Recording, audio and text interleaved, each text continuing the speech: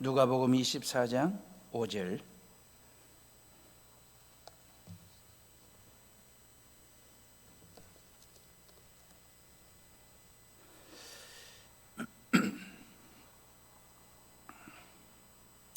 누가복음 24장 5절 한 절만 다 같이 성전에서 가정에서 같이 읽습니다. 여자들이 두려워 얼굴을 땅에 대니 두 사람이 이르되 어찌하여 살아있는 자를 죽은 자 가운데서 찾느냐. 아멘. 세상에는 수많은 종교가 있습니다. 그런데 부활을 믿는 종교는 기독교밖에 없거든요. 요 근래에 불교가 개신교, 기독교를 따라서 이제 도심 속으로 내려와 산속에서 말입니다. 개신교처럼 해보려고 애를 쓰죠. 찬불가를 만들어서 부르기도 하고, 목사님들처럼 스님들이 신방을 다니기도 하고, 설법을 하시기도 하고, 그리고 여름 성경학교처럼 여름 어린이 불교학교도 하고 수련회도 하고 그렇습니다. 4월 초파일에만 절에 가서 예불 드리면 됐는데 이제는 주일마다 정기적인 예불을 만들어 가지고 우리처럼 예배를 드립니다. 기독교를 모방한다고 애를 쓰지만 불교가 여타 다른 종교가 기독교를 모방할 수 없는 한 가지가 있습니다. 그건 부활입니다. 아나스타시스. 이 부활의 종교 말입니다. 어떠한 종교도 부활신앙을 가르칠 수 없고 부활신앙을 가질 수 없습니다. 왜냐하면 예수님만 다시 살아나셨기 때문에 기독교만이 가지고 있는 부활신앙, 부활신학입니다. 다른 종교는 종교를 만든 창시자를 믿지만 우리는 창조주 하나님을 믿거든요. 타 종교는 죽은 교주를 믿지만 우리는 다시 살아나신 주님을 믿는 종교입니다.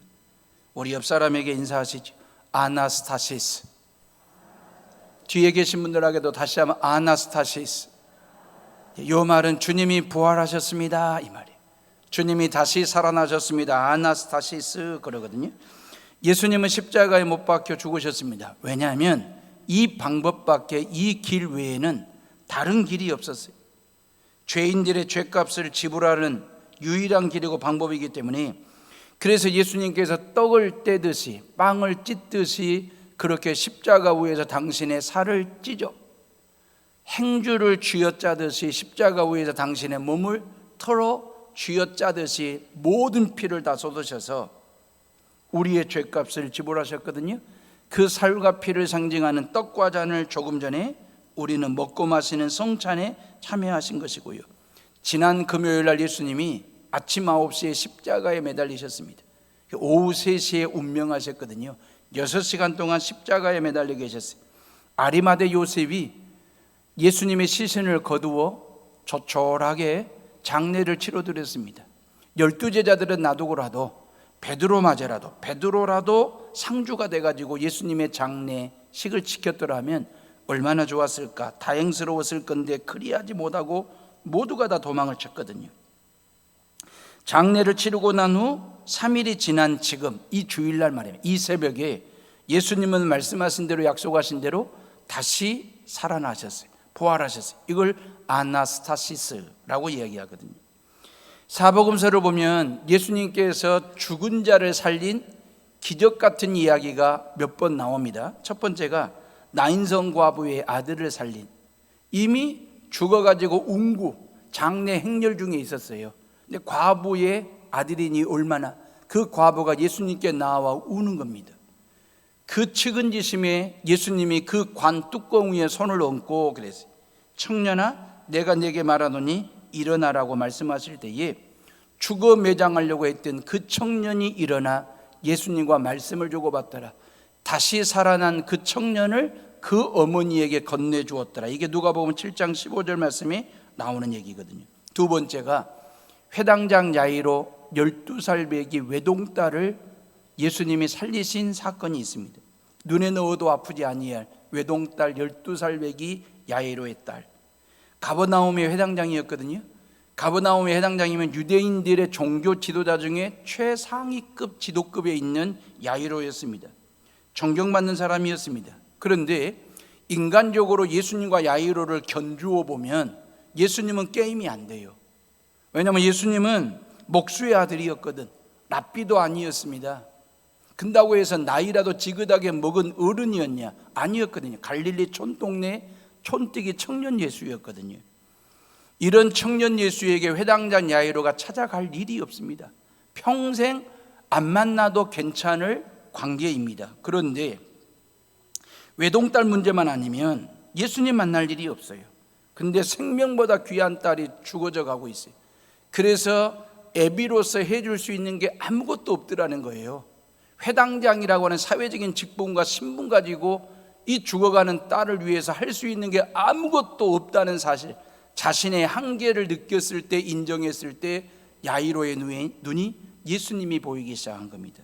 그리고 예수님께 찾아와서 체면을 불구하고 무릎을 꿇고 살려달라고 간구하게 됐고, 예수님은 이미 죽어 장례를 치르고 곡하고 있는 야이로의 집에 가서 달리다 굼 외쳤습니다. 탈리타 그 말 소녀야, 그 말 쿰 이 말은 일어나라 그 뜻이거든요. 달리다 굼 소녀야 일어나라고 큰 소리로 명하시고 선포하실 때에 그 12살 배기 외동딸이 죽음의 자리를 털고 일어났습니다. 예수님은 죽음까지도 다스리시고 정복하신 분. 세 번째 사건이 예수님의 친구 나사로가 죽어서 장례를 치렀습니다. 나흘이 됐습니다. 썩은 내가 난다라고 얘기했거든요. 그 나사로의 죽음 앞에서 예수님도 우셨습니다. 이미 게임 끝난 거예요. 이미 게임은 종료가 된 거예요. 이런 이미 장례를 치른 시신 나사로입니다. 아무리 이름이 나사로 해도 나사로 안 되는 거예요. 나사로 해도 나사로는 이미 죽었거든요. 시체 썩은 내가 날 정도로 살아날 수도 없고 살릴 수도 없는 나사로였습니다. 나인성 과부의 아들이나 회당장 야이로의 딸 살린 것은 그렇다 치고라도 죽은 나사로만큼은 더 이상 희망을 가지면 안 돼. 손톱만큼 기대를 해서도 안 되는 거예요. 그래서 누이 마르다가 뭐라고 말합니까? 예수님, 죽은 지가 나흘이 되어가지고 벌써 썩은 냄새가 납니다. 만류하잖아요. 나사로는 죽어서 무덤 속에 갇혀 있고, 마르다는 무력감이라는 무덤 속에 자기 자신을 집어넣고 자포자기하는 거예요. 예수님께서 무덤 문을 가로막고 있는 돌을 옮겨 놓으라고 얘기했거든요. 그리 예수님이 말씀하실 때에 오케이, 예스 하면 예수가 예스 되게 할 텐데, 예스와 예수는 한 끗 차이인데, 주님이 말씀하실 때에 그 말이에요. 주님께서 무덤 문에 돌을 옮겨 놓으라고 하실 때에는 주님만이 가지고 있는 계획이 있을 텐데, 그 주님의 말씀에 믿음이 있었다고 한다면 예스 했을 건데, 마르다는 노 하면서 이미 썩은 내가 납니다. 만류하잖아요. 그러지 마시라고. 예수 앞에서 예스 하면 예수가 예스 되게 할 텐데 그리하지를 못했어요. 그때 예수님께서 요한복음 11장 40절에 네가 믿으면 하나님의 영광을 보리라 그랬어요. 그러니까 이 마르다와 마리아와 나사로, 이 3남매가 보고 싶은 하나님의 영광이 뭘까요? 이 마르다가 보고 싶은, 이 마르다에게 보여주고 싶은 하나님의 영광은 뭘까요? 오라버니 나사로가 다시 살아나는 거예요. 이것보다 더 큰 영광이 있겠습니까? 예수님께서 이 영광을 보고 싶냐 그 말이에요. 이 영광을 보여줄 테니 그 말입니다. 그러면서 뭐라고 전제 조건이 뭡니까? 네가 믿으면 그 말이에요. 다시 말하면 마르다가 이런저런 자포자기 속에 무기력증에 빠져 있는 그 마르다에게 네가 믿으면 하나님의 영광을 보리라 그랬거든요. 신앙은 믿으면 본다는 거예요. 상식은 보고 나서 믿는다는 거잖아요. 우리는 자꾸 이 말씀을 뒤집으려고 그래. 네가 믿으면 하나님의 영광을 보리라. 이 말씀을 하나님의 영광부터 보여주십시오. 하나님의 영광부터 보여주시면 믿겠습니다라고. 그래서 우리의 신앙을 항상 상식선, 상식 가이드라인에 머물러 걸어놓는 거예요. 그걸 뛰어넘는, 상식을 뛰어넘는 신앙 말입니다. 네가 믿으면 하나님의 영광을 보리라 하시니 하나님의 음성 앞에 순종하는, 믿음을 고백하는 신앙 말입니다. 예수님께서 선포하셨잖아요. 나사로야 나와라. 그 말.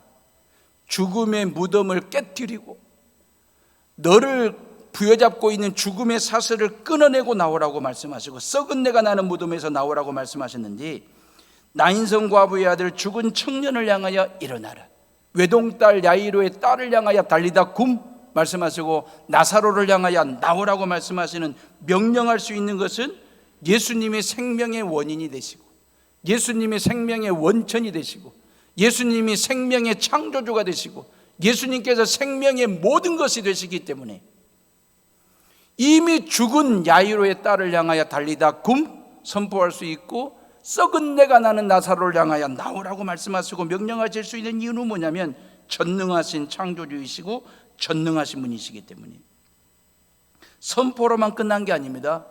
명령으로만 끝난 게 아닙니다. 큰 소리 뻥친 것으로 끝난 것이 아니라, 예수님의 명령대로 선포한 대로 청년이 일어나 살았고요, 야이로의 딸이 달리다 굼 일어나 부활, 아나스타시스 했고요, 죽은 나사로가 다시 살아났습니다. 아나스타시스 말입니다. 누구 때문에? 하나님 때문에. 누가 명령하셨길래? 예수님이. 누가 역사하셨습니까? 성령께서. 그 말입니다. 이런 부활의 은혜가 여러분들의 삶 속에 일어나기를 주님의 이름으로 축원합니다. 이러한 부활의 영광이 여러분의 자녀들의 삶과 미래 속에 펼쳐지기를, 일어나기를 주님의 이름으로 축원합니다. 이런 사건들은 유대 사회에 큰 이슈가 됐어요. 신선한 충격이 됐습니다. 엄청난 파장을 일으키게 된 것입니다.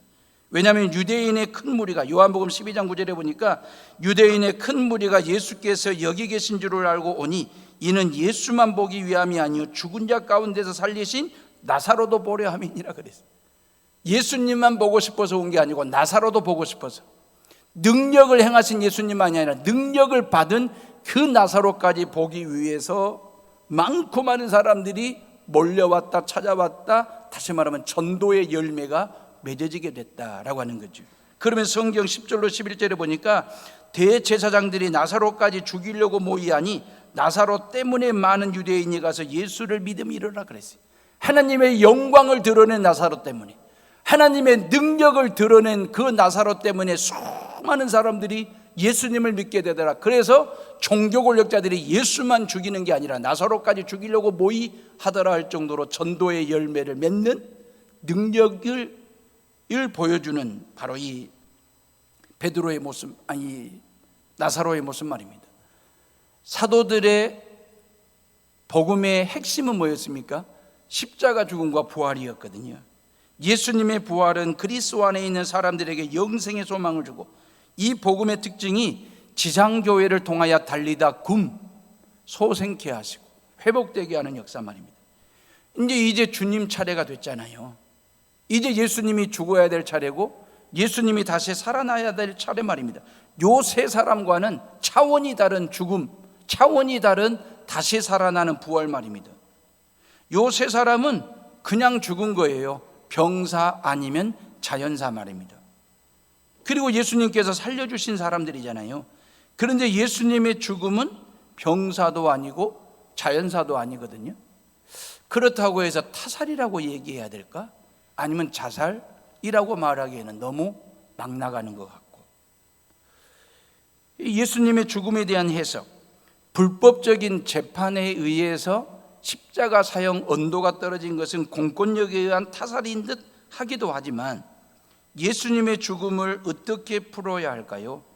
자살은 아니지만 자원사, 말이 될런지 모르겠어요. 지원사 말입니다.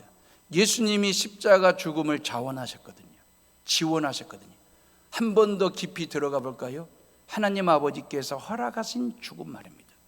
하나님 아버지께서 죽이신 죽음, 타살이라고 말해도 될까? 라는 생각 말입니다. 예수님이 겟세마네 동산에서 밤이 새도록 기도하시면서 이 죽음의 잔을 지나가게 해달라고 기도했잖아요. 근데 하나님 아버지께서 그 기도를 외면하셨어요. 그리고 예수 아들로 하여금 십자가에 죽는 것이 아버지의 뜻임을 깨닫게 하셨어요. 그러니까 하나님이 허락하신 죽음이 되는 거잖아요. 아들 예수의 사망을 허락하신 이유는 죄인들을 사랑하시기 때문에, 사망이 뒤집어서 사랑되게 하는 것 말입니다. 이게 하나님 아버지만이 하실 수 있는 사랑입니다. 아들 예수를 사망시켜서 저와 여러분들을 사랑하시는, 사망이 뒤집어 사랑되게 하시는 그 하나님의 놀라운 은혜. 이사야 53장 5절, 그가 찔림은 우리의 허물을 인함이요 그가 상함은 우리의 죄악을 인함이라. 그가 징계를 받음으로 우리가 평화를 누리고 그가 채찍에 맞음으로 우리가 나음을 입었도다 그랬거든요. 그가 누굽니까? 예수 그리스도. 우리는 바로 나와 너, 우리 모두를 두고 하는 소리거든요. 그래서 예수의 찔림은 임지영의 허물을 위함이요 예수의 상함은 임지영의 죄악을 위함이라. 예수가 징계를 받음으로 임지영이가 평화를 누리고 예수가 채찍에 맞음으로 임지영이가 나음을 입었도다 그랬거든요. 예수님이 십자가에 죽으신 것은 바로 나의 허물과 죄 때문에 그 말입니다. 마취제를 발견한 사람이 누군지 아세요? 영국의 산부인과 의사였던 제임스 심슨이라고 하는 사람입니다. 이 사람이 마취제를 어떻게 발견했냐면 성경을 읽다가 하나님께서 아담을 깊이 잠들게 하시고 그 뼈를 뽑아 취하여 하와를 만드신 이 대목을 읽으면서 그걸 믿음으로 받아들인 거예요. 그러면서 그 의사 입장에서 곰곰이 생각을 해보면 아담이 깊이 잠들도록 이 통증과 이 아픔, 갈비뼈를 뽑아내는 이 통증과 아픔을 느끼지 못하도록 하셨던 그 하나님, 분명히 이 땅에는 통증을 느끼지 못하게 하는 약이 있을 거다. 하나님께서 아담을 그렇게 하셨을 거다 라고 하는, 깊이 잠들게 한 그 약이 있을 거다라고 하는 믿음을 갖고 연구를 해가지고 기도하다가 결국 심슨이 만들어낸 약이 마취제입니다. 200년 전에 많은 사람들이 마취제 없이 수술을 하다가 너무너무 통증과 고통으로 인하여 통증 때문에 죽은 환자들이 부지기수였대요. 근데 심슨이 만든 마취제를 통해서 통증을 느끼지를 못하고 이제 수술하게 되는 상황들 말입니다. 우리 심슨의 덕을 지금 보고 있는 거잖아요. 200년 전의 사람입니다. 영국 사람입니다. 우리는 심슨을 본 적도 없습니다. 만난 적도 없습니다. 일면식도 없습니다. 200년 후를 살고 있는 저와 여러분들이 그 사람의 덕을, 마취제 덕을 지금 보고 있는 것이거든요. 2000년 전에 그 말이에요. 예수 그리스도께서 저와 여러분들의 모든 죄값을 지불하시려고 2000년 전에 저 먼 나라 이스라엘에 있는 예루살렘에서 십자가에 못 박혀 피 흘려 죽으셨거든요. 그 예수님, 그 시대에 우리와 저와 여러분들 말입니다. 이유가 뭘까요? 심슨의 마취제는 역사적인 사건이었습니다.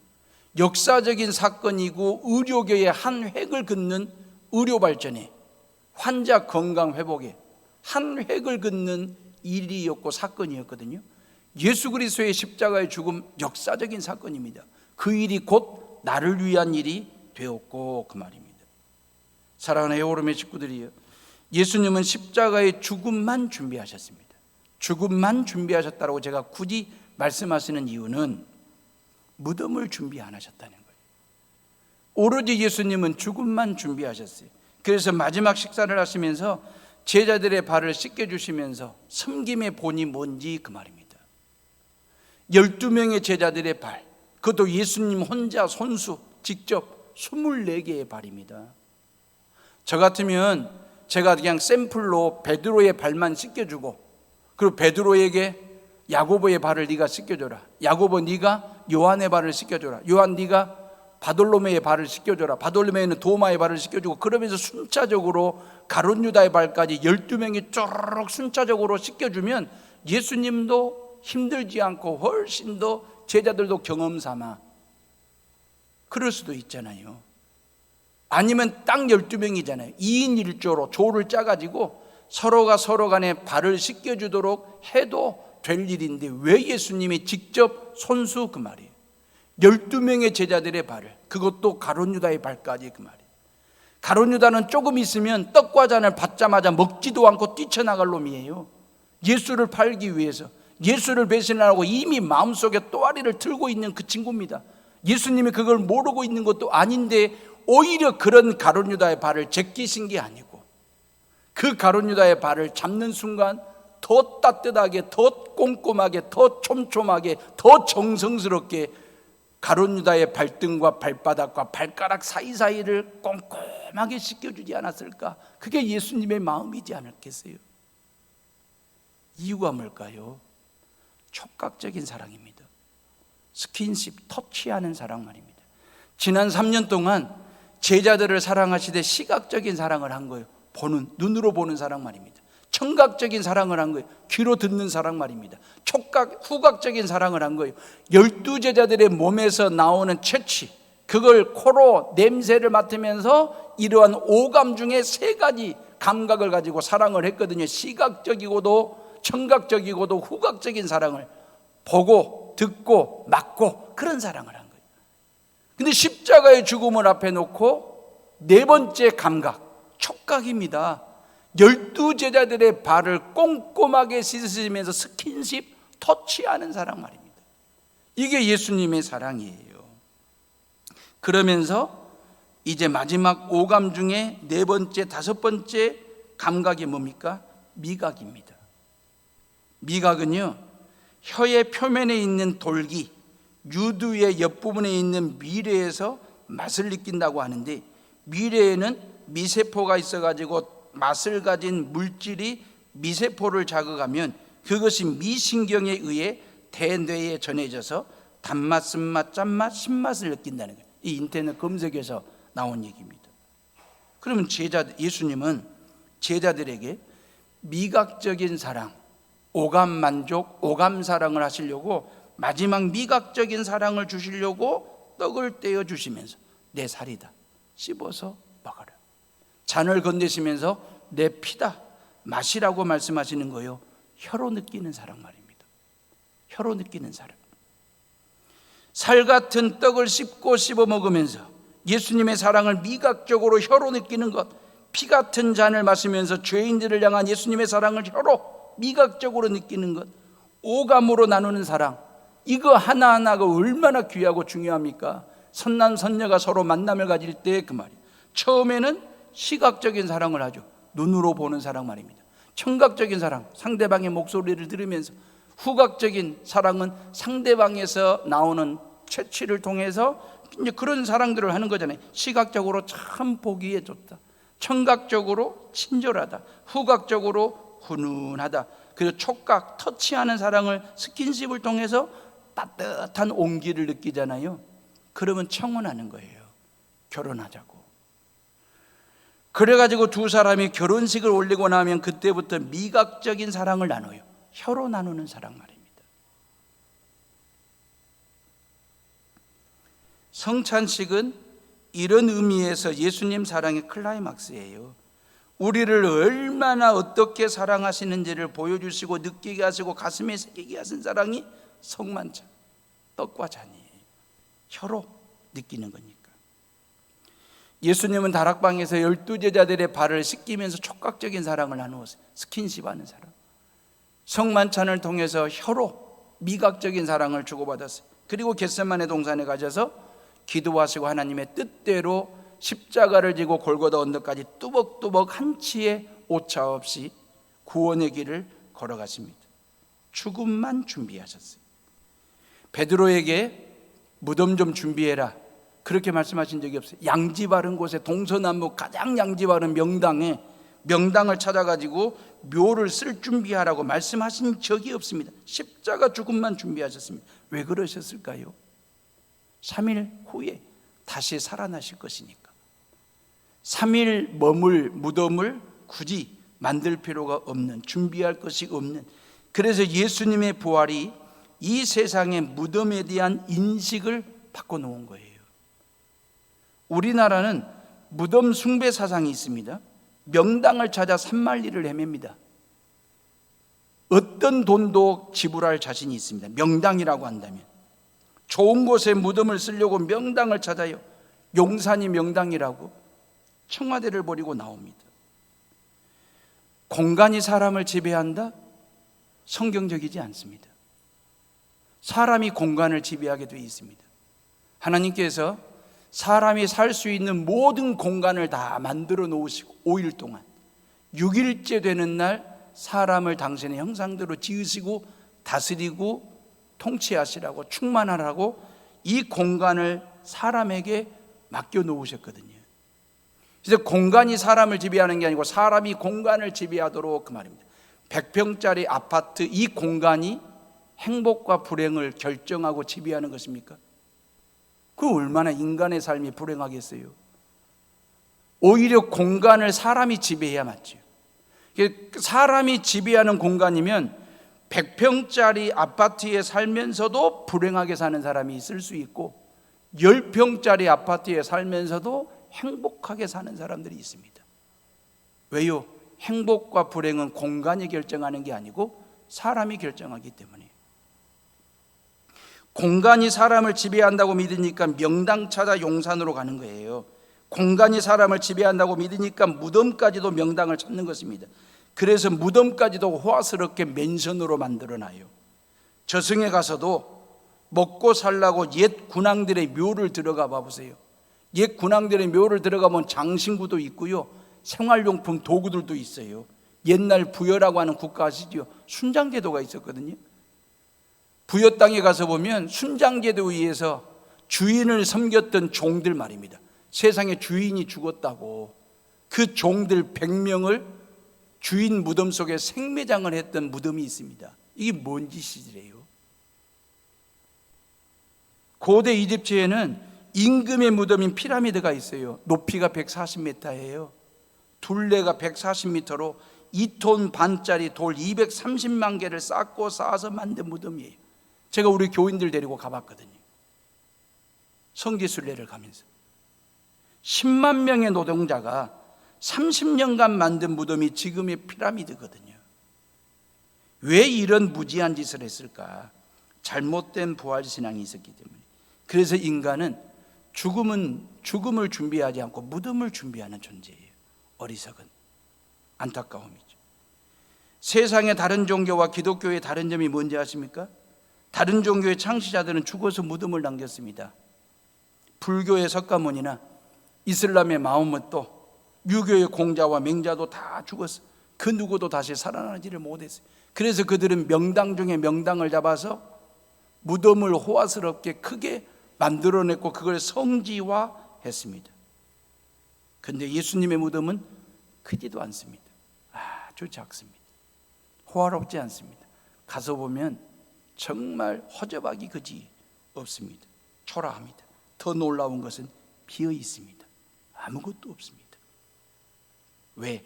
아나스타시스 하셨기 때문에. 천사들이 그랬잖아요. 5절에 여자들이 두려워 얼굴을 땅에 대니 두 사람이 이르되 어찌하여 살아있는 자를 죽은 자 가운데서 찾느냐 그랬거든요. 그게 사도 바울이 뭐라 하겠어요? 고린도전서 15장 14절에 그리스도께서 만일 다시 살지 못하셨으면 우리의 전파하는 것도 헛것이요 또 너희 믿음도 헛것이며 너희가 여전히 죄 가운데 있을 것이요 그랬어요. 예수 그리스도가 다시 살아나지 아니하셨으면 우리의 믿음이 헛믿음이 된대요. 이 설교가 헛설교가 된대요. 임 목사는 헛목사가 된대요. 여러분들의 신앙은 헛신앙이 된대요. 그리고 여전히 죄 가운데 있는데요. 근데 예수 그리스도가 살아나셨기에, 부활하셨기에 우리의 믿음이 찐믿음이 됐고, 제가 진짜 목사가 됐고, 여러분들의 신앙이 진짜 신앙이 되어서 하나님을 영화롭게 하는, 기쁘시게 하는 삶을 살게 됐으니까 얼마나 감사한지. 마무리하겠습니다. 하늘을 아는 새는 크게 두 종류로 분류할 수 있대요. 하늘을 아는 새는 날개의 힘으로 나는 새와 바람의 힘을 빌려가지고 나는 새, 두 종류가 있대요. 그게 참새라든지 메추리 이런 새들은요, 날개의 힘으로 나는 새들이요. 그래서 아주 빨라요. 바닥바닥바닥 잽싸게. 참새나 메추리를 보면 그러잖아요. 그냥 날개의 힘으로 날기 때문에 얼마나 빠른지 몰라. 여기저기 잽싸게 여기저기 날아다. 근데 문제는 뭐냐면 높이 날지를 못합니다. 멀리 날지를 못합니다. 오래 날지를 못하고 금방 지칩니다. 왜? 날개의 힘으로 날려고 하니까. 근데 바람의 힘을 빌려서 나는 이 독수리라든지 갈매기는 말입니다, 바람과 기류를 타면요 높이 납니다. 멀리 납니다. 아주 오랫동안 납니다. 지치지 않습니다. 여러분들의 신앙의 날개짓은 어떻게 하고들 계십니까? 내 힘으로 날개짓을 하십니까? 아니면 성령의 바람에 몸을 맡기십니까? 내 힘과 내 능력과 내 노력으로 내 직분 가지고 신앙의 날개짓을 해도 날긴 납니다. 근데 참새 같은, 메추리 같은 신앙생활밖에 못합니다. 잠깐 날아요. 높이 아니고 낮게 날아요. 멀리 못 날아요. 아주 가깝게밖에 못 날아요. 날개의 힘으로 나는 신앙생활을 하려고 하면 금방 지쳐요. 근데 하나님 앞에서 날개를 쫙 펴요. 십자가 날개와 부활의 날개, 양 날개를 쫙 펴고 있으면 성령의 바람이 훅 하고 불어와요. 그 성령의 기류를 딱 타는 사람이 될 수 있어요. 그러면 성령의 바람에 내 인생과 내 신앙을 딱 맡기면 그 성령의 바람과 기류에 의해서 높이 날 수 있어요. 멀리 날 수 있어요. 오랫동안 날 수 있어요. 코로나 때문에 지난 3년여 가까이 우리가 움츠려 있었거든요. 날개를 다 접어버리고 움츠려 있었는데 이제 이 코로나 끝자락에 주님이 말씀하시는 거예요. 이 부활절에 일어나라, 나와라, 달리다 굼 말씀하시는 거예요. 저와 여러분들의 인생과 신앙의 양날개를 뭘로 삼으시렵니까? 십자가 날개와 부활의 날개를 쫙 펴십시오. 성령의 바람이 훅 하고 불어올 겁니다. 성령의 기류에 여러분들의 인생과 신앙을 딱 얹으십시오.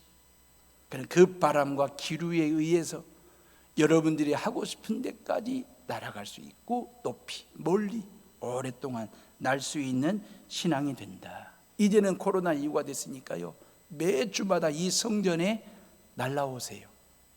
이 성전에서 예배를 드리시고 세상을 향하여 양날개를 확 펴세요. 그 성령의 바람과 성령의 기류를 타고 세상 속으로 날아가셔서 십자가 사랑 나누시고 부활의 기쁨을 나누어 주는 저와 여러분들이 되시기를 주님의 이름으로 축원합니다. 우리 이 시간 조용히 묵상하며 기도합니다.